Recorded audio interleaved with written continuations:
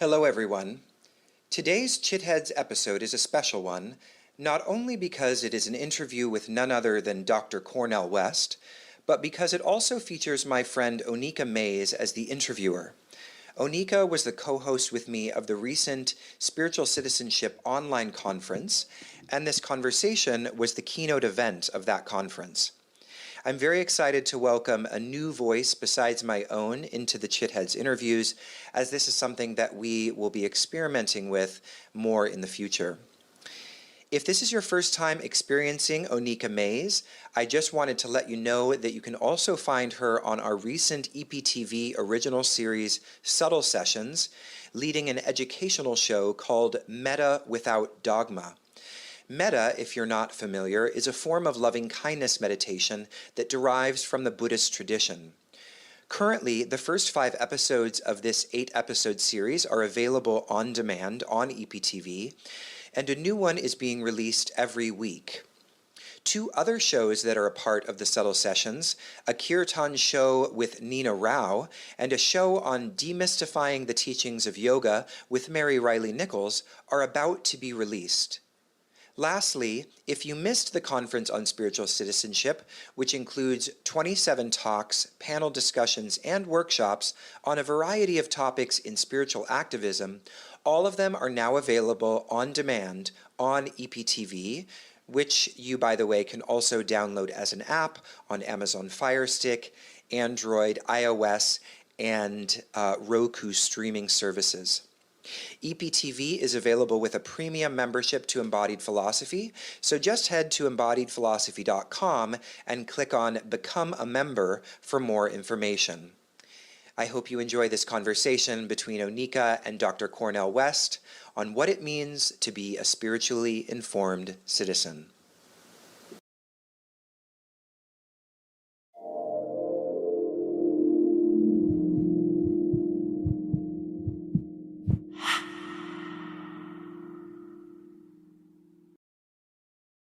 All right. I am so happy to be here. I am incredibly excited and honored and grateful to have with us Dr. Cornel West.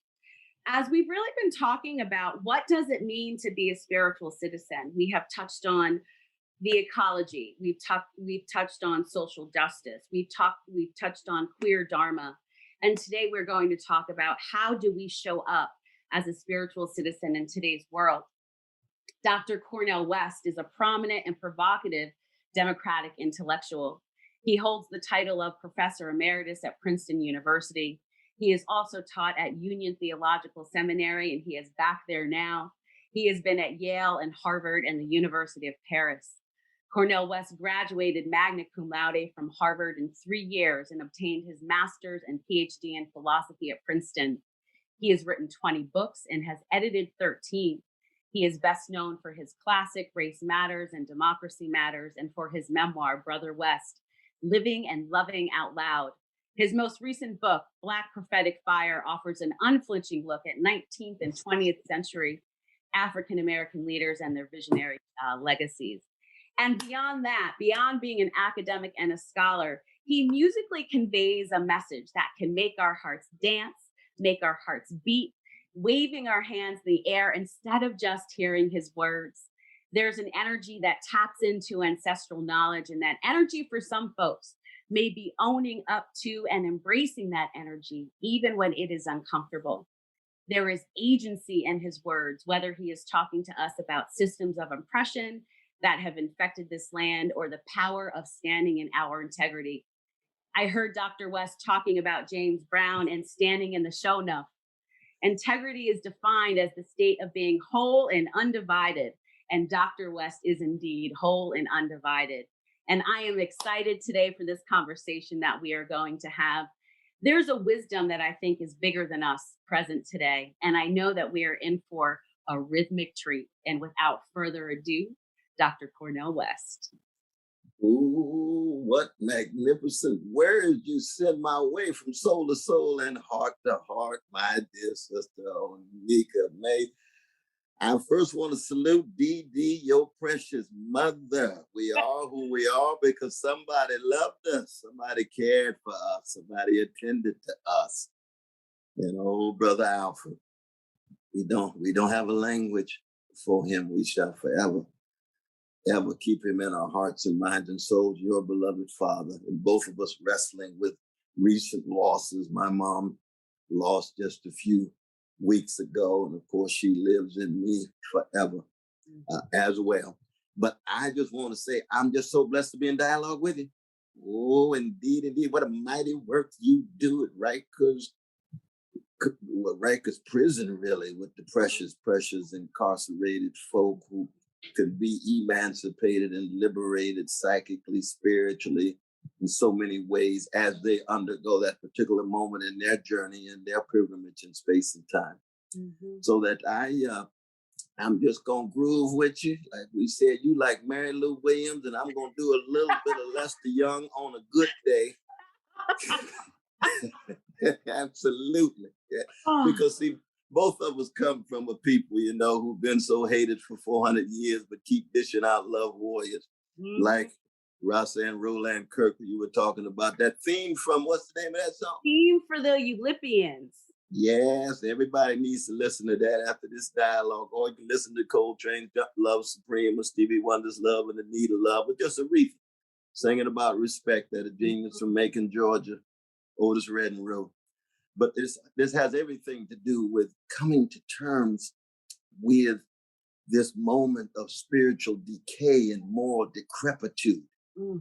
And by spiritual decay, what I mean is the lethal combination of ignorance and indifference. The great Rabbi Heschel used to say indifference to evil is more insidious than evil itself.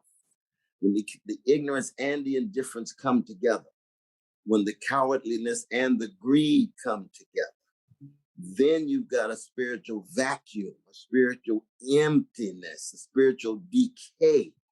And the only way you respond to decay is not by just putting forward propositions or uttering sentences, but embodied philosophy. I love the title. That philosophia, that love of wisdom must be embodied. It must be enacted. It's like the conclusion of a practical Aristotelian syllogism, which is not a series of propositions. It's a lived life. Exactly. It's a way of being. It's a mode of existence.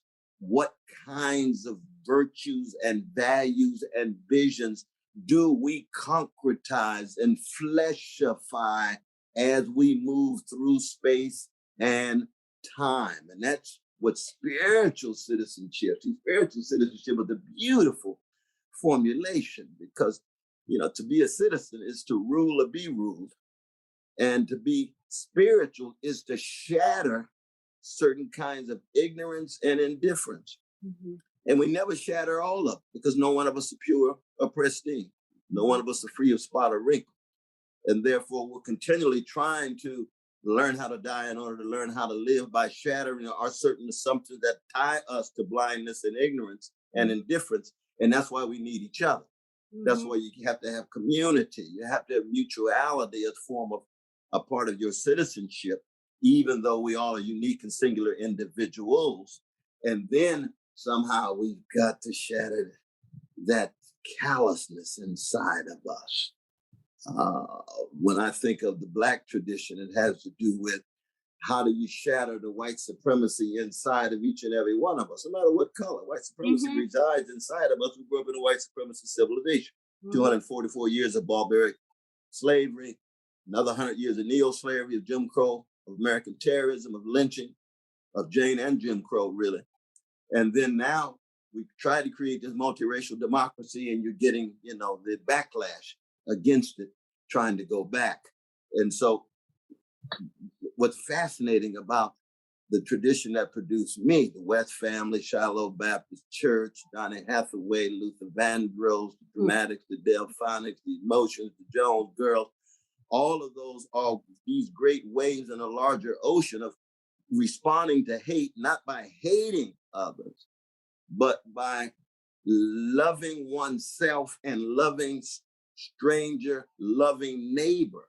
And I'm a Christian, so I can tell I love my enemies, but that's a whole different thing. You don't try that by yourself, you're gonna get in a lot of trouble, because You have to get some kind of grace. You need some kind of aid, some kind of intervention to get beyond your own narcissism, to be able to have a gratefulness, to have a thankfulness, but most importantly, to have a deep commitment to what you are all about, which is service to others.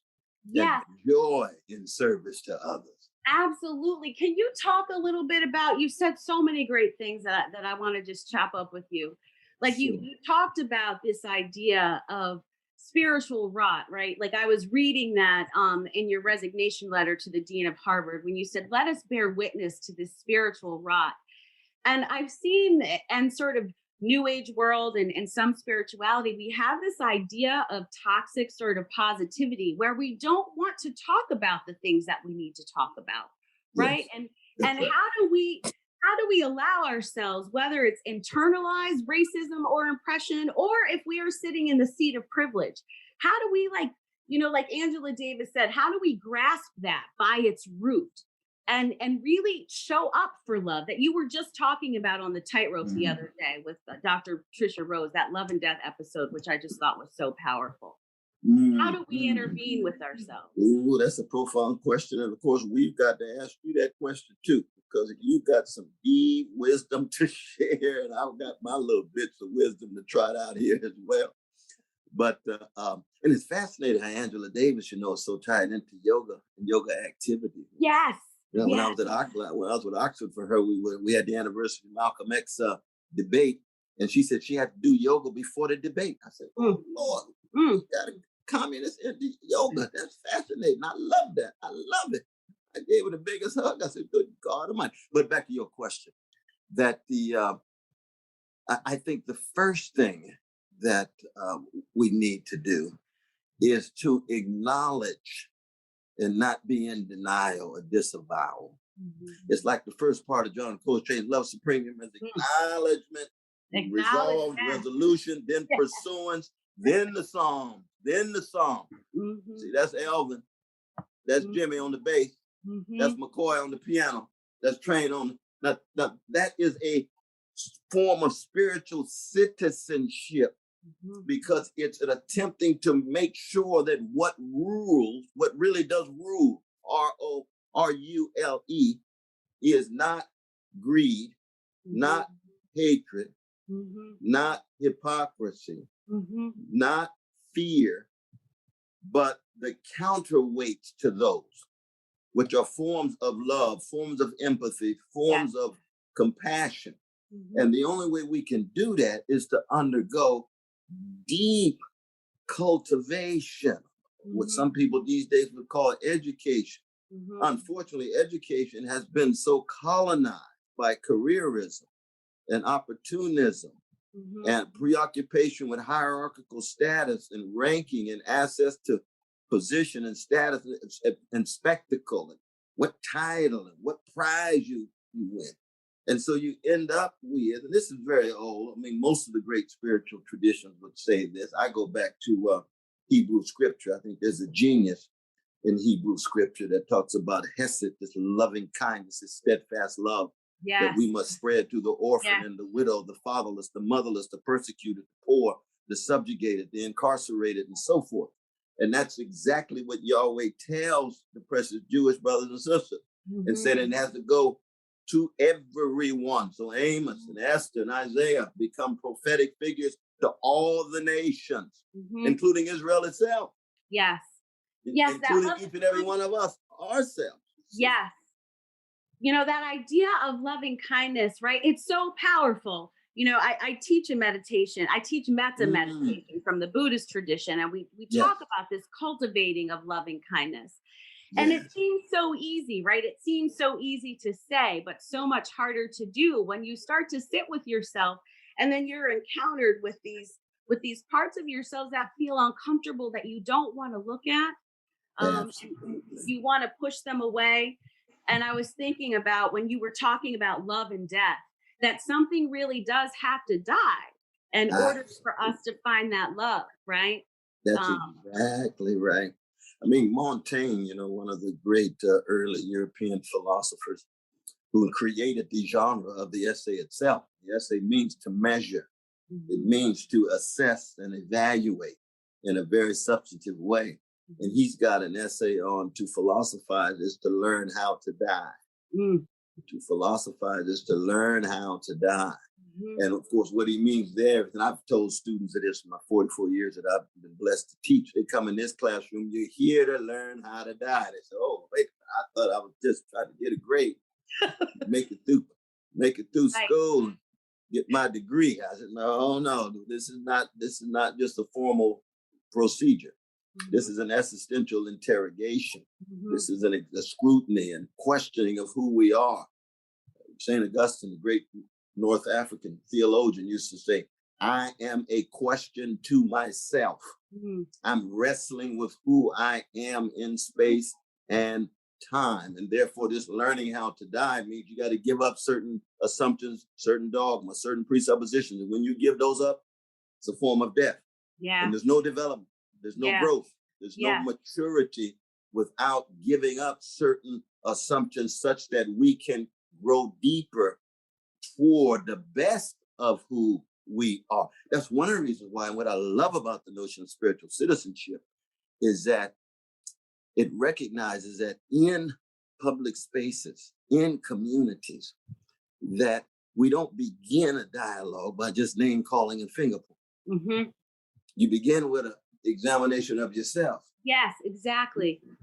So you talk about race, let's talk about the vicious legacy of white supremacy. Let's talk about the white supremacy inside of me. How do I wrestle with it? How do I push it aside? So that what? So that something can emerge much more powerful, which leads toward, and see, as a Christian, we have a notion of charitable Christian hatred. I learned that in Vacation Bible School, Shiloh Baptist Church, where you hate the sin, but still try to love the sinner. Yeah. Because the sinner is not locked into a static, stationary position. They can grow, they can develop, they can expand, they can mature. And because each and every one of us made an image and likeness of a God, it means that we have the potential to change. Absolutely. We have the potential to undergo deep transformation. And therefore you hate injustice, you hate domination, you hate occupation, you hate greed, you hate envy, you hate resentment. But the human beings who enact that still are human beings. And they are in change and transition, and they can actually go another way. And how do we do that, right? Like for folks who are listening, because it does make so much sense that parts of us how to die.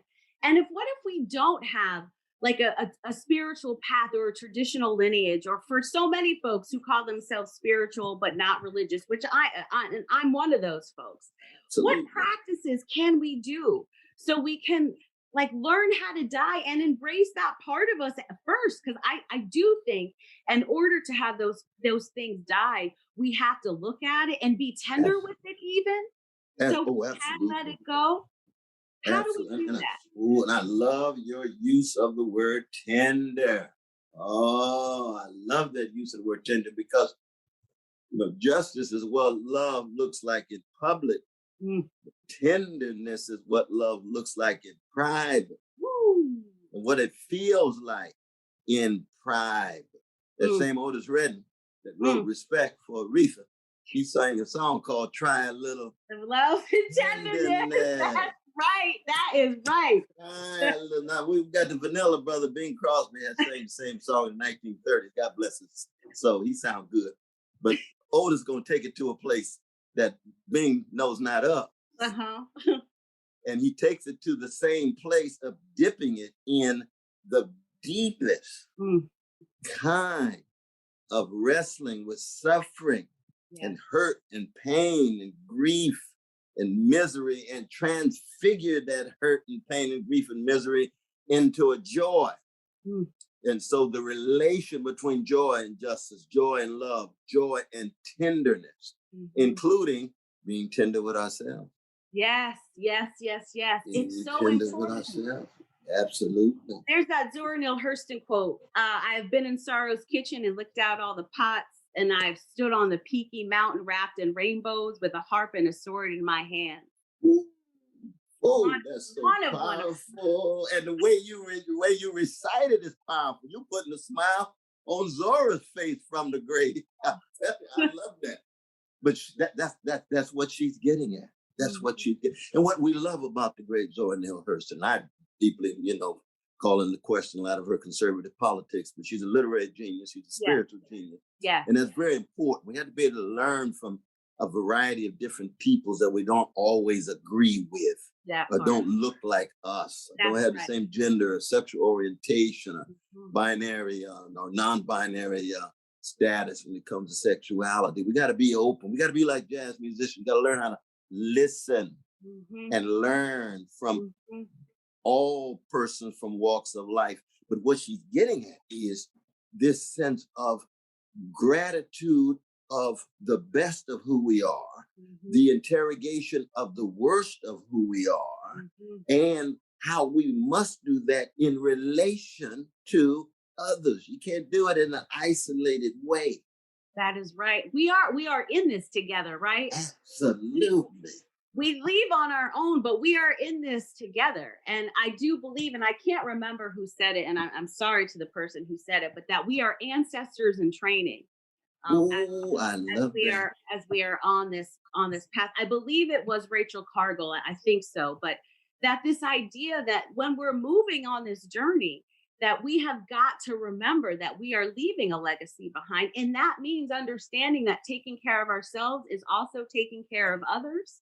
That's exactly right. And here, of course, you get this fascinating interplay between having relatives and having ancestors, because we really can't conceive of what love is unless we had some early experience of a love, a care, a compassion with persons over which we had no choice whatsoever. Yes. In your case, Precious DD, Precious Alpha. In my case, Irene and Clifton. So then you got brothers and sisters. Then you got cousins. Then you got so-and-so. Now, those are relatives. And they play a fundamental role. But then we're freed up to choose our ancestors too. Yeah. Yes. See? So you can choose your ancestor from indigenous peoples in the southern part of Florida. You can choose your ancestors from Nigeria. You can choose your ancestors from France. You can choose your ancestors from Germany and so forth.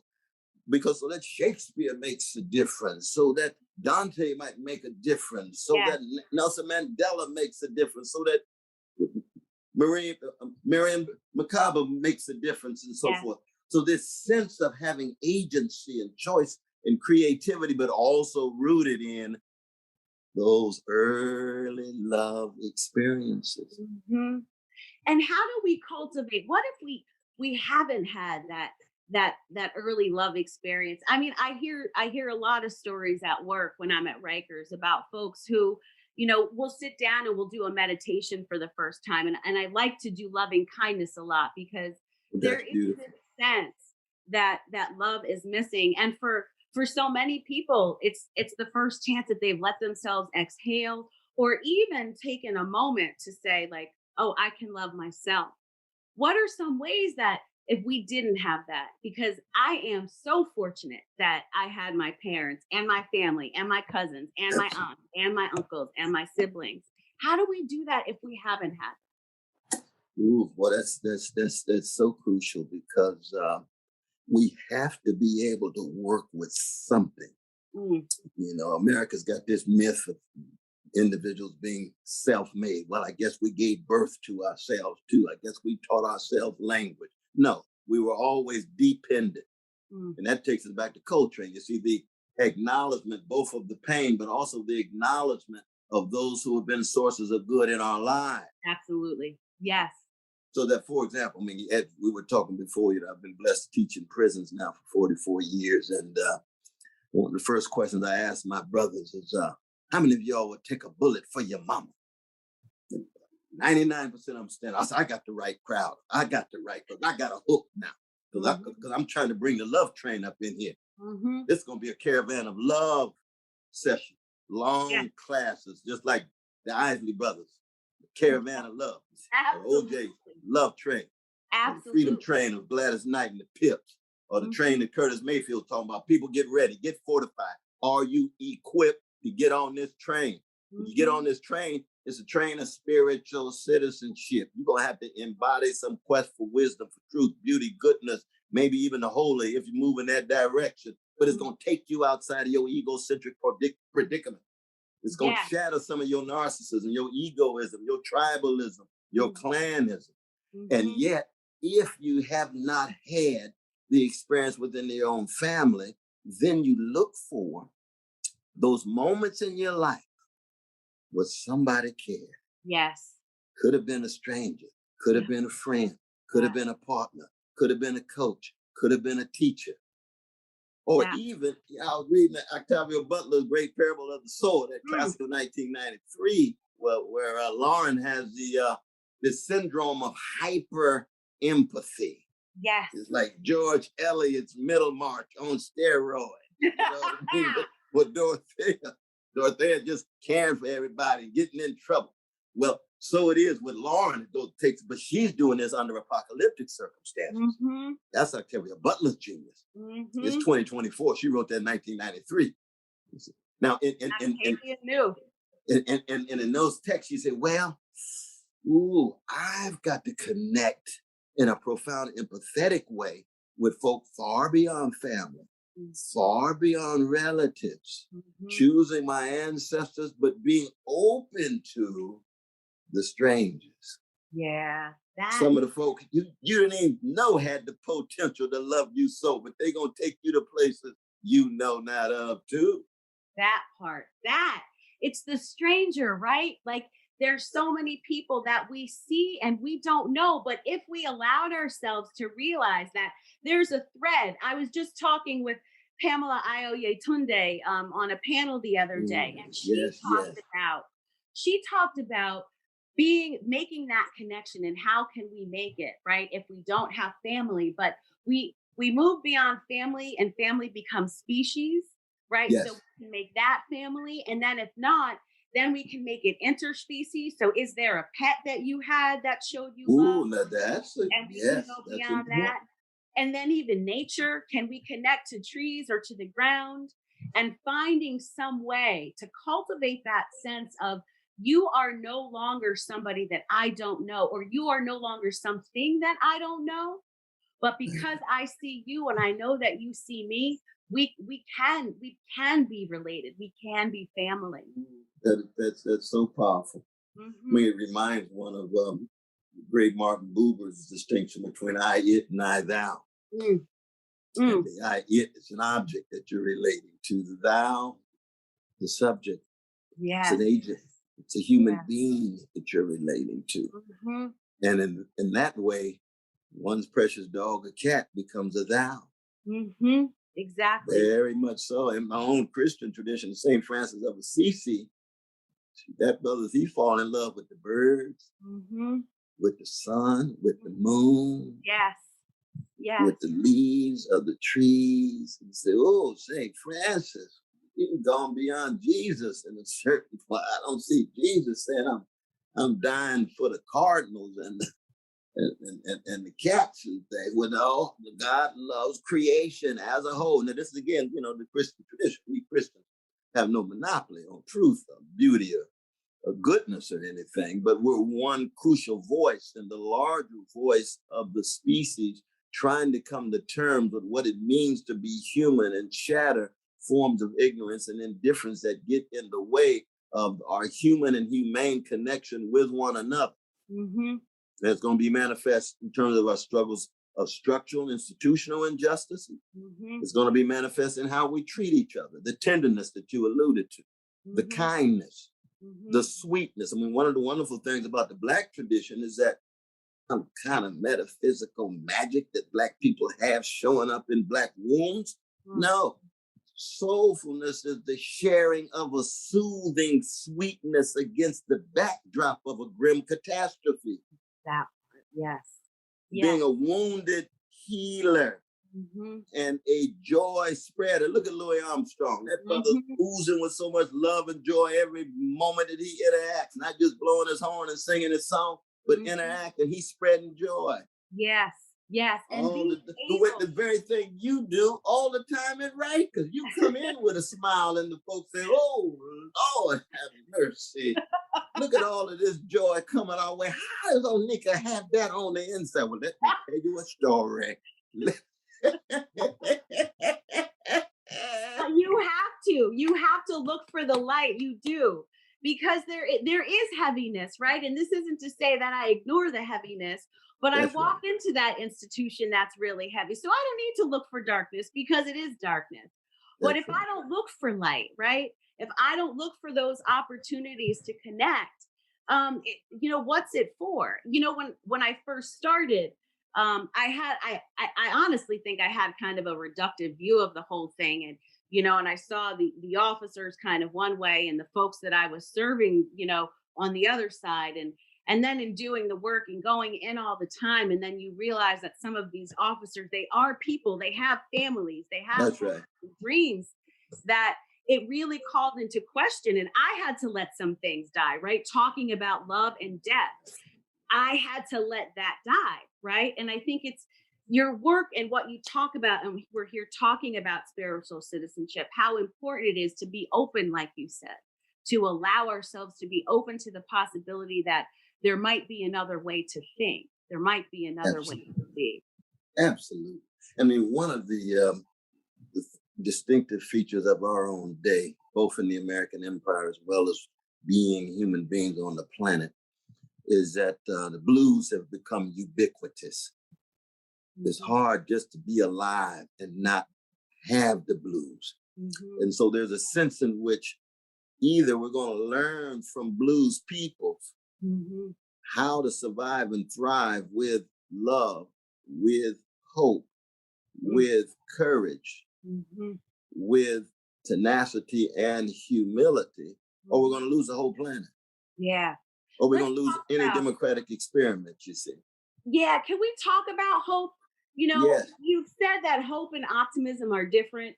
And optimism tends to be based on the notion that there's enough evidence out there to believe that things are going to be better, much more rational, deeply secular. Whereas hope looks at the evidence and says, it doesn't look good at all. This doesn't look good at all. And going beyond the evidence to create new possibilities. How do we find ways to continue to cultivate hope? Here again, we go back to the blues. The blues is neither optimistic nor pessimistic. To be a blues person is to be a prisoner of hope. The optimism, as you said, talks about evidence, but it also presupposes a certain kind of spectatorship, that you're observing at a distance and you're looking to see what the evidence, says. Whereas hope, like a blues man or woman, you're creating new evidence. Yeah. You see, when Billie Holiday sings about a catastrophe called American lynching, terrorism, Jim and Jane Crow and strange fruit, written by the Jewish brother Mirapole in the lyrics, that she is participating in getting us to shatter our spectatorship and feel like a participant in how you wrestle and cope with an overwhelming catastrophe, and yet not allow that catastrophe to have the last word. Yes. Yeah. Strange fruit, the southern trees bear, black bodies swaying in the southern breeze. Oh my God. And then people think, God, you got Irish brothers and sisters wrestling with British imperialism. You got Dalits in India. You got Roma in Europe. You got landless peasants in Brazil. You got women dealing with domestic violence. You got precious gay brothers and lesbian sisters and non-binary dealing with the possibilities of being viciously attacked and devalued. All of these experiences of oppression are opened up by the artistic genius of the blues woman, of the jazz woman, that genius from Baltimore City, Billie Holiday. But how does she do it? Well, she does it in such a way. She masters her craft, so she knows what she's doing. She's singing in tune. That's very important. You got a lot of young folk these days making big money, can't sing in tune, but that's a whole different That's when the market takes over. You know what I mean? This market just takes over. So you got a market brand, but you lose sight of your moral cause. And so you do and say almost anything to make money. No, that's not Billie Holiday. Billie gonna get the notes right. She's gonna sing in tune. Then she's gonna take you to places where you must engage, acknowledge, wrestle with the catastrophe, because the blues is catastrophe lyrically expressed. So she's gonna lyrically express that catastrophe, but then generate joy, sources of power, embodiment of philosophy at its spiritual level, so that you want to keep on keeping on. Yes. Blues is catastrophe lyrically expressed. B.B. King said, nobody loves me but my mama, and she might be jiving too. That's the B-side of the Thrill is gone. Yes. That's the king from Mississippi. The blues. Well, B.B., what you mean? Nobody loves me but your mama, she might be jiving. All the forces of the world, of the cosmos, is like Sophocles' Antigone. Every force you know is against you. But what does he do? He still got a smile. He's sitting there with Lucille. And he's playing Lucille. When he plays Lucille, you can hear Robert Johnson. You can hear Paul Rainey. You can hear Bessie Smith coming through the guitar. He brings a tradition with him, the way Sister Beyonce brought the tradition to Coachella. She didn't want to show up as an isolated spectacle of the superstar. She said, come on, Black folk. Bring your band from the Black colleges. We're going to play a little Frankie Beverly and Mays. We're going to play some Larry Blackman and Cameo. We're going to bring this whole tradition to the world. When you go to Rikers, when you go anywhere, when you with me now, oh, Lord, I can feel DD, I can feel Alfred, I can feel Nina Simone, I can feel Toni Morrison, I can feel Virginia Woolf, I can feel all of that coming through. And same with me. This ain't just Brother West. This is Irene. This is Clifton. This is Curtis Mayfield. That is right.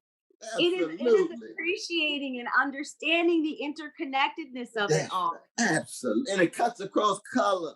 Yes. It's Stephen Sondheim. It cuts across gender. Yes. It's Muriel Rukeyser. It cuts across nation. It's Rumi. It cuts across, all these different arbitrary labels and boundaries and borders, so that it gets to the depth of our humanity. And as you noted, not just humanity, but our relation to precious non-humans. That. Oh, yes. It's incredibly important. So very, very important. Sister Bell Hooks, who's my dear sister in the Giant, she's a Buddhist sister too. And she'd come out of the Black Baptist tradition. It's hard to fully leave the Black Baptist tradition. Even Octavia Butler, she's former Black Baptist too, and she's now ecumenical and cosmopolitan, spiritual to the core, but not tied to any particular religious tradition. And that's a beautiful thing. Coltrane was like that too. But some of us remain lodged into certain religious traditions, and we learn from one another. And Bell Hooks used to always talk about how anthropocentric these notions of religious love are. And she's absolutely right about that. And I love the fact that you enact it on such a high level, embody that philosophy on such a high level. Oh, and I love when she talks about love, right? When she says that it's an action word, and that there's qualities to it, right? That it's accountability, it's trust, it's nurturing, it's commitment. That it's not just this thing that we want to feel in the air, but we have to move. We have to do something. That we can't just sit as a meditator. I can't just sit on my cushion and wish it all away and contemplate my existence by just looking at my navel, but I've got to do something if I want to see change in myself and in the world. Precisely. Every great virtue is a verb. Yes. See? So you talk about hope. No, you got to be a hope. Are you enacting hope? Talk about justice. Are you being just? Yes. Are you the change that you talk about? To use the language of our dear brother, our Hindu brother, Gandhi, Mahatma Gandhi, you see. When you talk about love, love is a form of death. You got to learn how to die. Your egoistic self somehow has to experience forms of death in order to unleash all of the good stuff that allows you to be connected and entangled with another person, and you become a new being in a certain kind of way. I mean, Paul talks about this in. Yeah, and appreciating their imperfection, right? Like, I think we can get caught up, right? We can get caught up in this idea that it has to look and feel a certain way right now. But if we don't allow that room for it to feel uncomfortable and even ugly sometimes, that we won't be able to get to this place where it feels the way that we think it should feel. And truthfully, when we get there, that may not be the feeling that we're looking for anyway. That's true. That's true. You know, our dear sister from Athens 1,000 years ago named Sappho talked about love is bittersweet. Now, see, she already wrestled with the blues. Because love is not just the most majestic and sublime force in the world, but it can also be catastrophic. Because the loss of a loved one is catastrophic. You're at the funeral, you're grateful that you had them for so long. It's like my mother. I was so glad she lived to be 88 years old. I'm 68 years. Good God, I'm the most blessed human being in late modernity to have a mother like that. But with her in the coffin, ooh, it hurts so much. When you love that deep, like Tennessee, when Arthur died in the In Memoriam, that great poem, dealing with the loss, rather to have loved and lost and never to have loved at all. And the loss is death. It's not just betrayal. And betrayal is another kind of loss. But even when you do love all the way down, loyal till the end, you still have a deep sense of grief, hurt, and pain, so that you have to be prepared in any kind of vulnerability and intimacy when you give completely of yourself. I mean, in my own tradition, we call this kenosis, right? The outright emptying of yourself. The giving of every fiber inside of you to someone else or to a cause, to some grand project. It's like Rembrandt. Rembrandt is kenosis on the canvas. Oh, you see the Return of the Prodigal Son he painted right before he died? Oh, Lord, all the humanity, all of the hurt, all of the struggle and unbelievable deterioration and decline, but still the love that comes through. That's kenosis. It was like James Brown concert. That brother go 4 hours straight, non-stop. And at the end of every concert, I am who I am because of you. I come to serve you. Did we miss out on playing a song that you came here to hear? Somebody holler in the back, you didn't play Soul Power. He said, hit it, Bootsy. You came to serve. James, we've been playing for 4 hours. We're going to play one more song. We came to serve the people. And when we leave that stage, we're going to rock that stage because we gave everything inside of us. You hear it in the reefer. You hear it in James Cleveland's piano. Coltrane blowing his horn so hard, look like he's going to blow something out of his neck. He throw the horn on the ground and start beating his chest. Rashid Ali say, Trey, what you doing? I'm giving the people everything I got, and now the horn's getting in the way. Ooh, that's Martin King. That's Malcolm X. That's Fannie Lou Hamer. That's Al Green. That brother can perform with one arm broken and get the holy dance and almost turn a flip, still stay with the falsetto and give everything he got inside of him. So when you leave that concert, you have undergone some change and transformation. You felt something so deep, you will never forget that for the rest of your life. Thank you, Al Green. I'm just part of the tradition. I happen to be from Forest City, Arkansas, but I'm part of the tradition. I learned it in Jim Crow, Arkansas, in the church. I learned it on the block. And we got to take that with us, right? Like that is what we have to take. And that's what we pass on. Exactly right. That's exactly. And all great traditions produce these different forms of kenosis and self-emptying and self-giving and self-sacrifice and serving others and finding great joy in serving others. Oh, thank you, Dr. West. I want to keep talking to you, but I think we have some questions that are starting to come up. And I was wondering if you might be able to answer a few questions from the amazing people who are sitting with us today. Wonderful, and I have Larissa Conte says, both of you are so lyrical and poetic, so fluid, so alive, demonstrating the power of lyrical love in your modeling. Would love to hear each of you share about why the lyrical is so powerful at midwifing what needs to die, at transmuting the stuckness and the catastrophe. Ooh, we got some high quality participants and agents out there, huh? Oh, Larissa, I love you, Larissa. Larissa, she throwing down in a beautiful way, because I mean, I aspire to what she says we are. I know I'm a crack vessel just trying to love my crooked neighbor with my crooked heart, you know. But I do think there is something about lyricism that tries to cut through the superficial and what's on the surface and try to get at the core of what I think, you know, our living is all about, so that it shatters the denial. It shatters the all of the attempts to hide and conceal what needs to be confronted, so that joy and sorrow. See, lyricism has a way of trying to hit those head on. Yeah. Justice and injustice. That would be my response. But what would be your response, my dear sister? I think for me, it's that idea that everything is connected. So when I am sad, at the same time, I know that joy is also there, because without it, I wouldn't know sadness. And so even in that in between and in that knowing, that helps me transmute. And I think that allows me to feel, you know, and I talked about integrity, that allows me to move with integrity. I think before I started on this whole yoga journey, I felt undivided.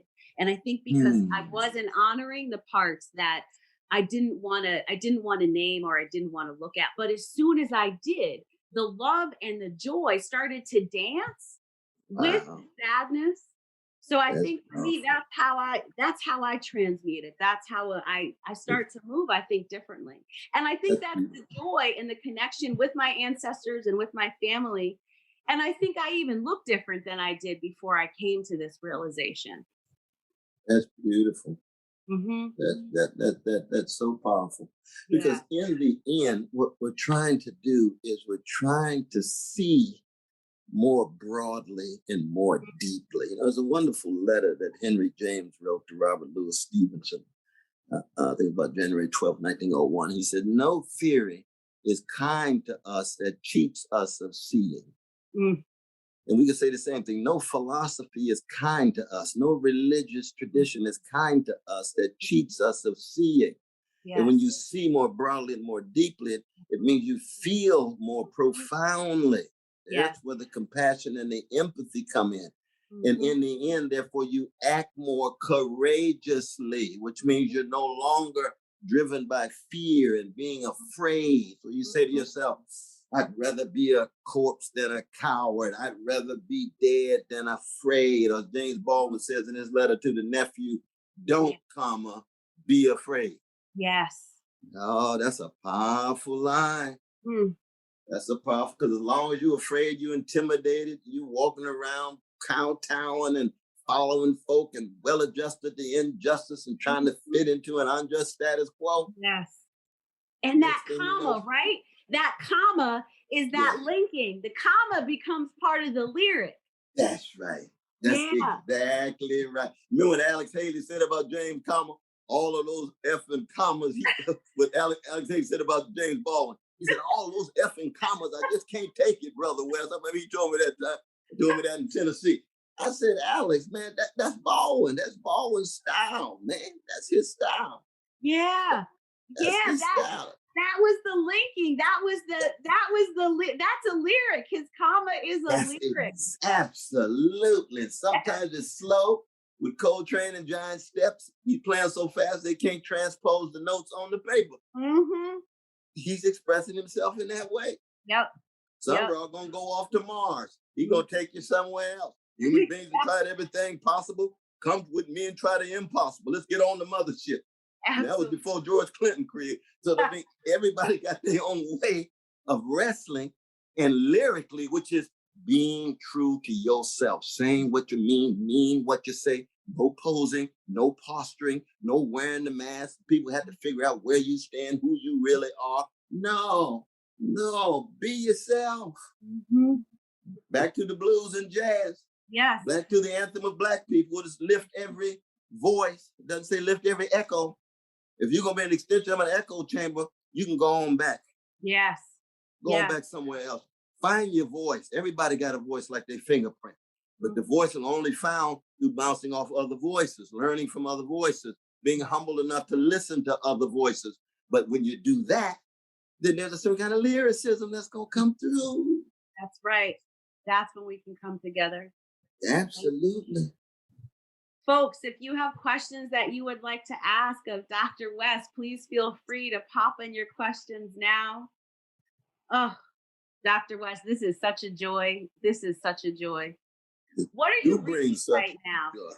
What are you reading right now that's moving you that we should be checking out? Oh, good God Almighty, though. What have I read? What 10 things are you probably reading right now? Yeah, I'm getting ready to reread James Joyce's The Dead, where he's wrestling with the role of music as it relates to mortality and the ways in which dissolving relationships and wrestling with vulnerability go hand in hand with how music can open us up and empower us in some ways even more deeply than some of the other arts. I mean, I tend to be rather partial to music in that way. You know, Walter Pater says the arts all aspire to the condition of music. That sounds a little bit harsh, but I think there's something to it. I think there's ways in which music in our religious practices, music in our reading, in our literary practices, we need more music in our politics, because music is a way of allowing us to open to our vulnerability. We can overcome some of this polarization and gangsterization. Music is a way of, as Lorca says, taking us to the dark root of our scream. And in the end, that dark root of the human scream is a way of acknowledging our common humanity, given all of our different differences. And even physiologically, right? When we hear music, that stimulation of the vagus nerve, right? Like we physically and physiologically can shift when we hear music. True. That's very true. That's very true. Very much so. But I don't want to fetishize it though, because music can be used and deployed. You know, and I was down in Charlottesville dealing with some of my very, very sick white brothers, the neo-Nazis and the Klan.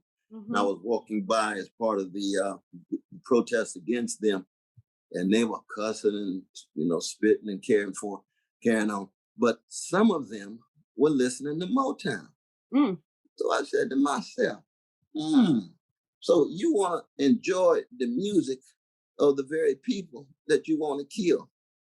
You want to murder me, but you want to listen to Smokey Robinson and Stevie Wonder? Right. You see how contradictory that is, but it's very human. Yeah, because the messiness. That's the messiness of it. You see that you can't rob even the biggest gangsters and thugs of their humanity, and their humanity was touched by the genius of Marvin Gaye or Smokey Robinson. And even as young folk, they were socialized in a youth culture that's been so Afro-Americanized. It's almost impossible to be a young person in America or around the world and not be affected by Black music. And of course, hip hop is the lingua franca of young people in every corner of the globe. Absolutely. There's no doubt. But they could still use the music as something that empowers them as they then go off to engage in their devilishness. Yes. You know what I mean? The way Hitler was trying to use Beethoven. How you going to use Ode to Joy at the end of the Ninth Symphony and be such a gangster and a thug when it comes to Jewish brothers and sisters, gays, and lesbians, and communists and socialists? You exemplify the highest level of thuggery. And yet you're going to try to use Ludwig Beethoven's music?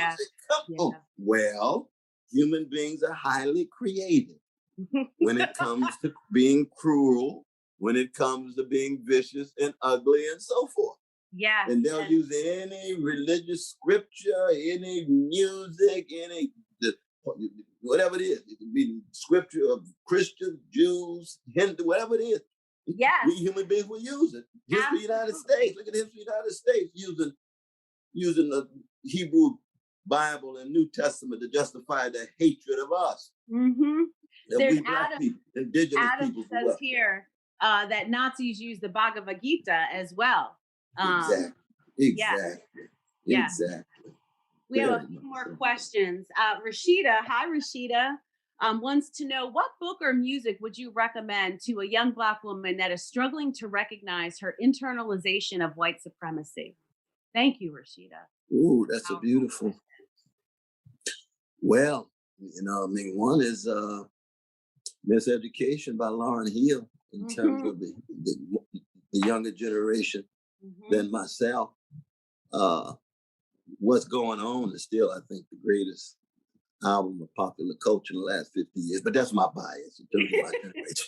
But that's Marvin Gaye. What's Going On? It's just, okay. Because Marvin knows that it's not solely a question of speaking truth to power.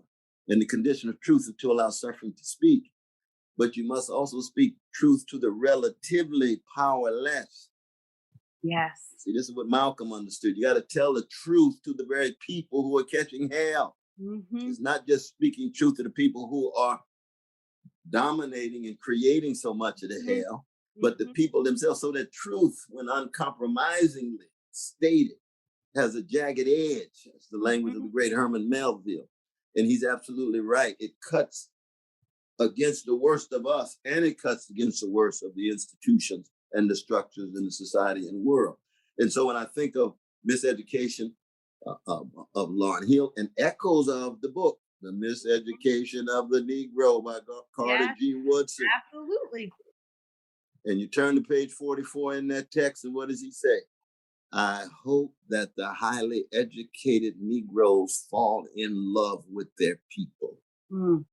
Because if they turn their backs, if they're indifferent, if they're distant, if they're callous toward their own Black poor and Black working class and are obsessed only with Black celebrities and Black middle class, you're still going to live a spiritually truncated life in Blackness. You see, that's Carter G. Woodson. Absolutely. Harvard Ph.D. Yeah. Hardly could get a job in the academy. Only taught 1 year at Howard and got pushed out of Howard that 1 year. Yeah.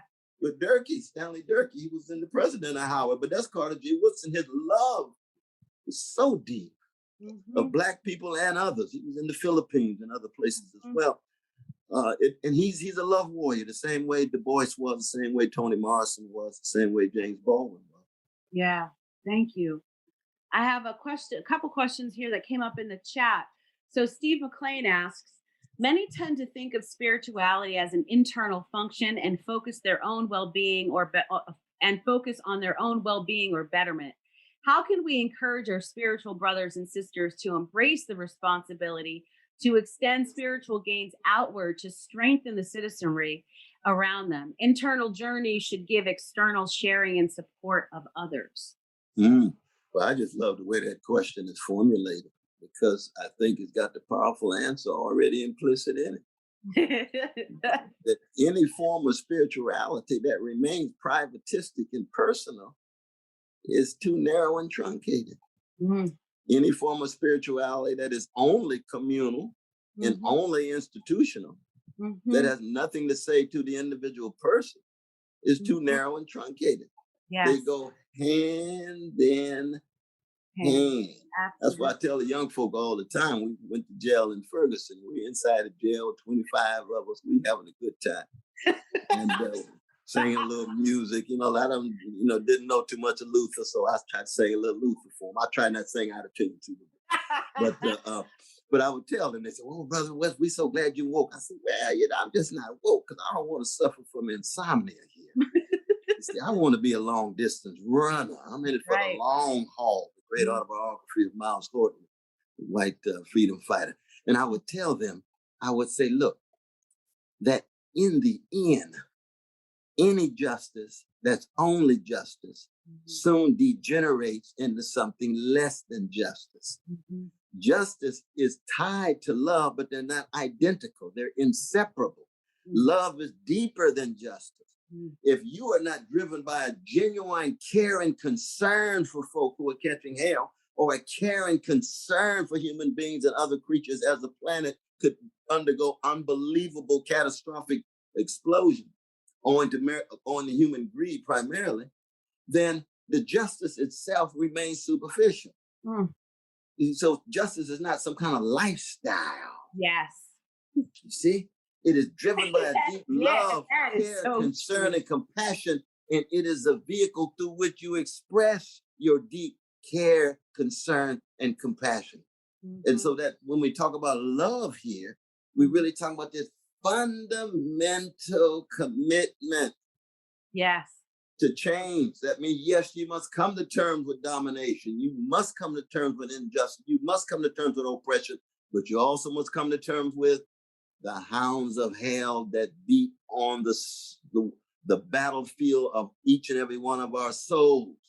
Greed, hatred, fear, hypocrisy, envy, resentment, all of those things. That ties right in with this next question from Adam. The existentialists note that life's struggle is a perpetual motion, continuing moving that rock up and watching it fall. Our struggle around racism and the plague can be the same thing and sometimes be futile at the end. How do we continue to act ethically in an absurd world like this? Ooh, what a wonderful question. And I would refer to the best book on existentialism written in the 20th century. It's by Simone de Beauvoir, called The Ethics of Ambiguity. The Ethics of Ambiguity. How was she able to sustain her commitment to an embodied philosophy tied to the freedom of all oppressed peoples, be it her friendship with Frantz Fanon, her relationship with Jean-Paul Sartre, her commitment to Black people, her commitment, of course, The Second Sex, 1949, is classic in terms of critiques of sexism and patriarchy. But understanding that there's always an ambiguity, because anything we human beings are a part of is going to be tied to a finitude. It's going to be tied to a fallibility. And that's why self-criticism is important as opposed to self-righteousness.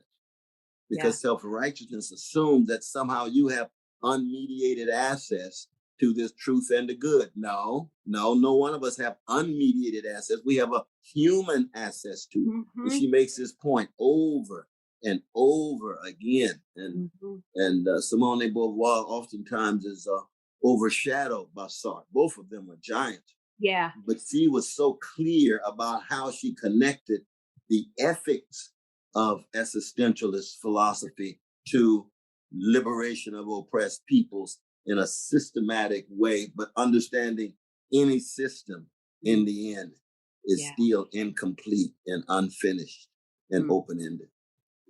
Thank you.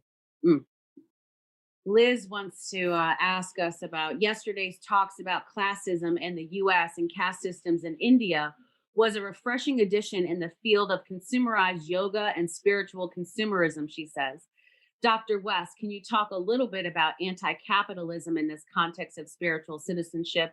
Or Oneika, bringing your work to disenfranchised folks in prison, is this also at the core value of your work? Do you want to jump in on that question first, and then I can follow you? Yeah. So, I think often about this system of oppression every single time that I go into work. And it's almost like this, it's almost like a being in and of itself. It's really challenging, right? I think about the time when I was still volunteering and going in. And, when you go into Rikers, it's a process. It is an island. Rikers is an actual island. So it takes all of this time to get there. And then you have to go through this gate and get on a bus that takes you to the jail that you're going to. And you have to hand over these IDs. And every single time you do it, it's like you're handing over a piece of yourself. And when you finally get to where you're going, it is very clear that you are no longer in control. You are giving over agency, even though you're working there or volunteering there. And as a Black queer woman, I definitely felt in a different, intangible way what oppression feels like, right? When I went inside jail. And so this one time, I was leaving. I was still volunteering, and I was outside waiting for the bus to go home. And I was standing in this area where visitors were supposed to wait for the bus, but because I had an ID, this officer said to me, "What are you doing standing over there?" I said, "Oh, I was just waiting for the bus." And then he looked down at my ID and he said, "Oh, sweetheart, I'm really sorry. I didn't see that you were a volunteer. You should wait over here." And in that moment, I actually said to myself, is this what it feels like to embody privilege? That someone said to me, "You aren't like them because you aren't a visitor. You are different because you have this ID and it distinguishes you. So you should be waiting over here."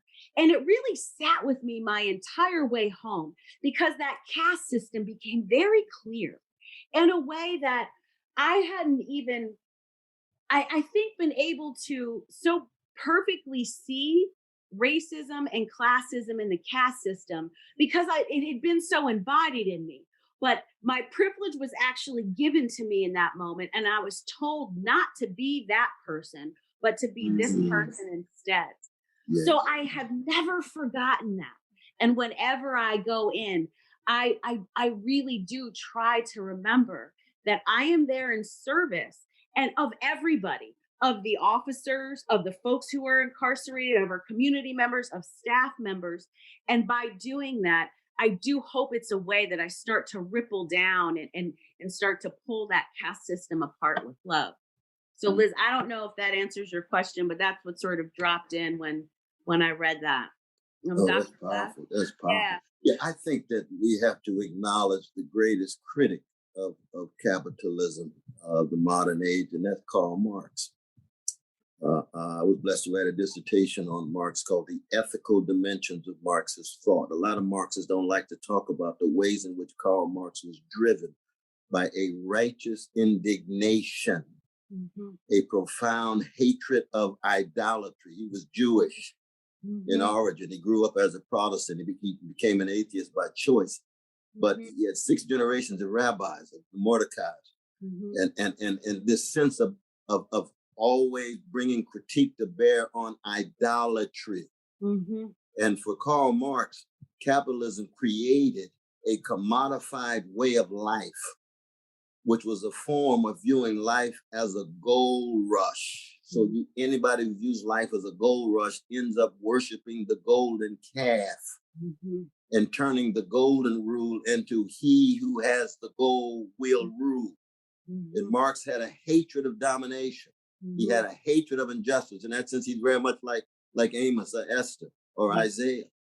Yeah. He wrote an essay when he was 17 years old as a Protestant, saying Jesus Christ as liberator of oppressed people. You say, wow, that sounds like liberation theology. That sounds like James Cone and Gustavo Gutierrez and others. But he has this strong spiritual dimension because he wants what? He wants human beings to live a full life, to flower and flourish independent of making money and power and greed the end all and be all of life. And he wants community. He uses the very language of the New Testament when he said, I want a society to each according to their need and pulling from their ability. That's right out of Acts. Doesn't make him a Christian. It just says he's looking for ways of engaging the spirit and society that go beyond all forms of idolatry. The idol could be profit, it could be race, it could be gender. How do you stay in contact with the rich humanity so that all, especially the least of these? It's no accident that Franz Fanon in The Wretched of the Earth, he begins the text invoking Matthew 20:16. He said, decolonization, the overcoming of imperialization of the world, is in fact putting into practice the first shall be last and the last first. Meaning what? Those who've been pushed to the margins, rendered invisible, dehumanized, disrespected across the board, no matter who they are, because there's so many candidates of folk who have been hated and haunted and hunted and devalued and so forth. how does their humanity Mm. become center stage? Mm. And that's not a matter of hating the rich. It's hating the greed of the rich. It's Yeah. hating the indifference of the rich. It's hating the ignorance of the rich when Yeah. it comes to the rich humanity of working and poor people. So that it's not anti-capitalism, it is for humanity that leads us for the critique of the idolatries of capitalist civilization. Thank you.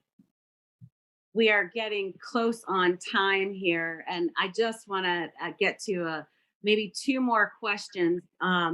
This has been such a joy and a blessing. And Holly wants to know, Dr. West, do you have any advice for young folks who hope to continue the tradition of spreading love through music and poetry in a world that seems to become more aggressive and divisive daily? A lot of young people I know have the soul and passion to spread love, but feel that technology and spectacle makes organic music and community difficult to spread. Wonderful question. I love the yearning in that question. I love the passion behind it. It's a heartfelt question. But keep in mind that musicians, poets in every generation have had unbelievable obstacles.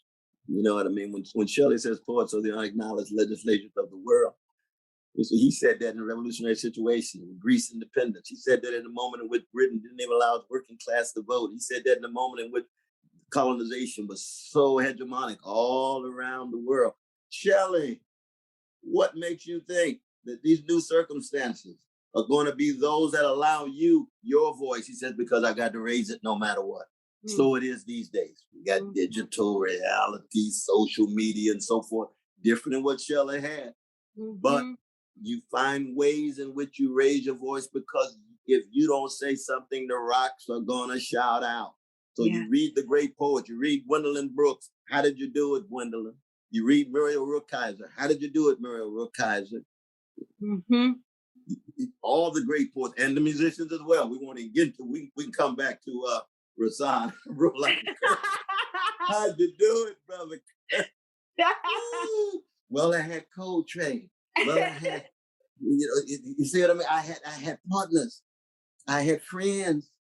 They kept me going. Yes. Dizzy helped me. Yes. Monk was there. Sarah Vaughan was there. Dinah was there. That community. And that's what young folk need. And they enact it. I mean, young folk got tremendous artists. There's no doubt about it. But there are golden ages, and we have to be honest about that. Thank you. Well, we have time for one more question before we go. And Stanley wants to know, can you connect us participants to practical resources to develop the relational aspects of spirituality and citizenship?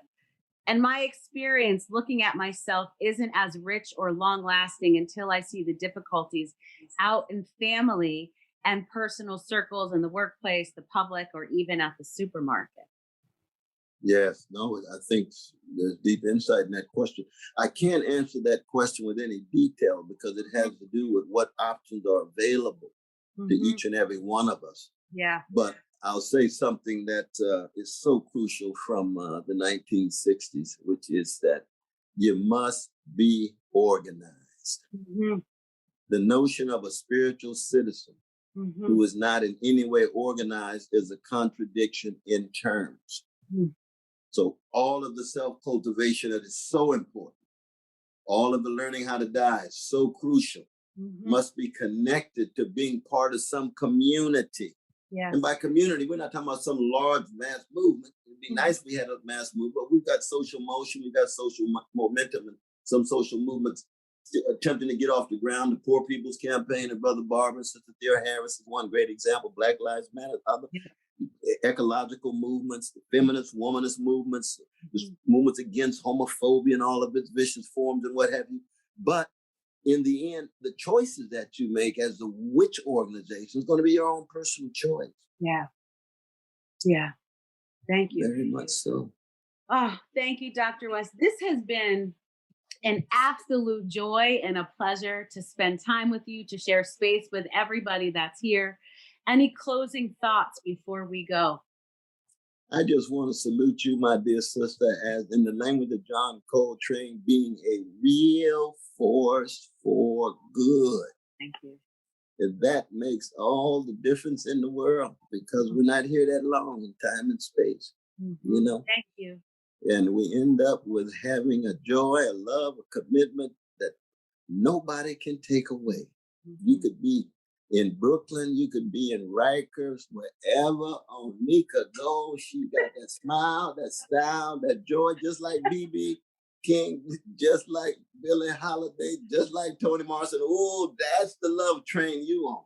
And it's a beautiful thing to see, to absorb, and to feel.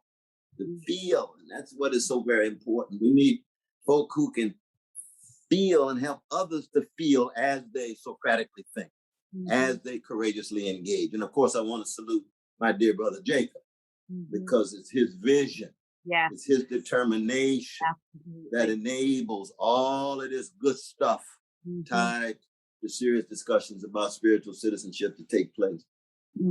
Thank you.